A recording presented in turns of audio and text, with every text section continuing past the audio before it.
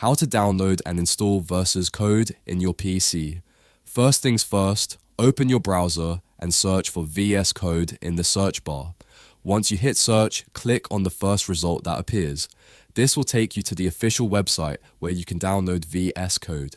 On the landing page, you'll see an option that says Download for Windows. Go ahead and click on it. This will start the download of the VS Code setup file to your computer. Once the setup file is downloaded, open the file to begin the installation process. You'll see some simple on-screen instructions. Just follow along and you'll be all set.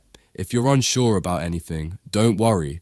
Just follow the steps shown in the video and it will be easy. The installation process will take a little time, so be sure to stay patient while it installs VS Code on your system. It will be worth the wait. And that's it. Once it's done, you'll have VS Code installed and ready to go on your computer. You can now open it up and start coding. Thanks for watching.